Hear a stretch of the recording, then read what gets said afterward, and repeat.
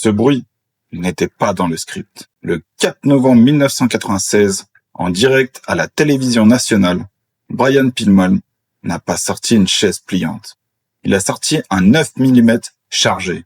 Et pour la première fois de l'histoire, la WWE a dû couper le signal. Le 4 novembre 1996, la WWE a failli commettre l'irréparable en direct à la télévision. Ce soir-là, un homme blessé, acculé chez lui, sort un pistolet 9 mm chargé et le pointe sur Stone Cold Steve Austin.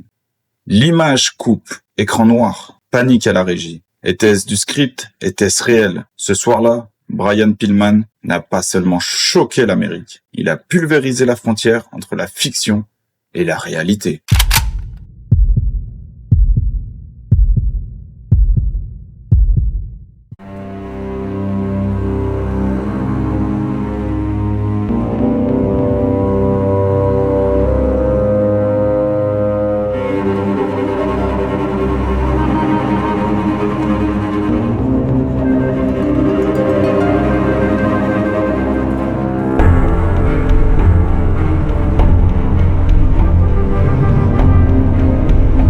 Dans l'obscurité des vestiaires. Aujourd'hui, on ouvre un dossier classé rouge, celui de l'homme le plus imprévisible de l'histoire du catch, Brian Pillman. On le surnommait le loose cannon, soit le canon libre. Un homme capable de tout. Mais pour comprendre comment un athlète olympique finit par braquer une arme en direct, il faut remonter le temps. Il faut comprendre que Brian Pillman n'était pas fou au départ. C'était un génie qui a joué à la folie, jusqu'à s'y perdre.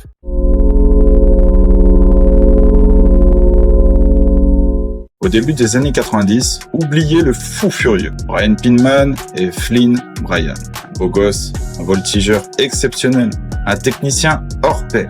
Mais le destin est cruel. Un terrible accident de voiture vient tout briser. Sa cheville est littéralement en miettes. Les médecins sont formels. Sa carrière de voltigeur est terminée. Il vit dans une douleur constante. Il ne peut plus courir, il ne peut plus sauter, comme avant. C'est là que tout bascule. Pillman comprend une chose avant tout le monde. S'il ne peut plus être le meilleur athlète sur le ring, il doit devenir le plus dangereux psychologiquement. Il décide de changer les règles. Si son corps ne suit plus, c'est son esprit qui va prendre le relais.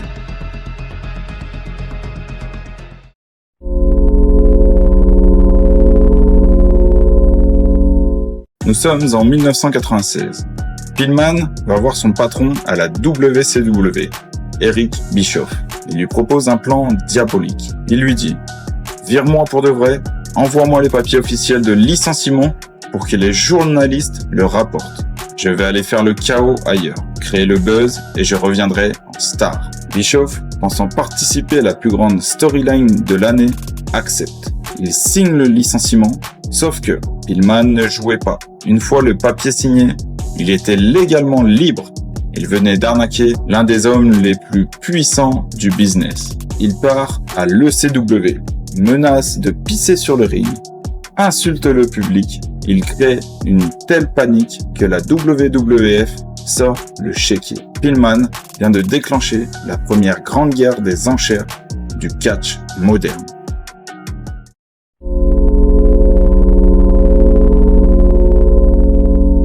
Ce qui nous ramène à cette nuit fatidique du 4 novembre 1996. Pillman est chez lui, opéré de la cheville. Steve Austin menace de venir l'attaquer à domicile. La WWF envoie ses caméras. All right, thank you very much, Kevin Kelly. Thank you, yes, yeah, ladies and gentlemen, we are live now. La chaîne USA Network appelle la WWF en panique. Vous avez perdu la tête?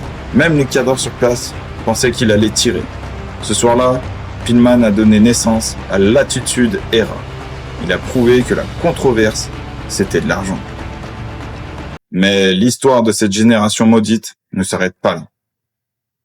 Pillman était le meilleur ami d'un autre homme au destin tragique. Un homme qui a perdu la vie sous les yeux du monde entier. Owen Hart. Pour découvrir l'enquête complète sur la chute d'Owen Hart, le dossier est disponible juste ici. Cliquez dessus, c'est une histoire que vous devez connaître. C'était Kevin pour l'envers du ring. À bientôt.